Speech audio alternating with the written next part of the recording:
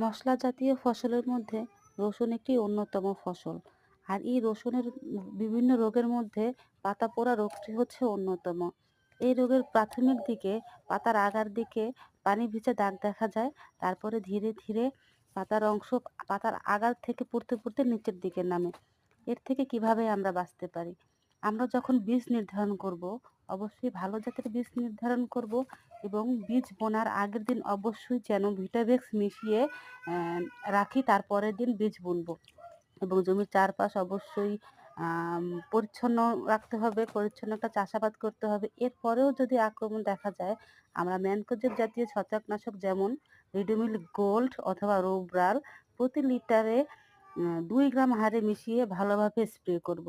এটা যদি আমরা পর্যায়ক্রমে রেগুলার করতে থাকি, আশা করি এই সমস্যাটার সমাধান আমরা খুব সহজেই পেয়ে যাব।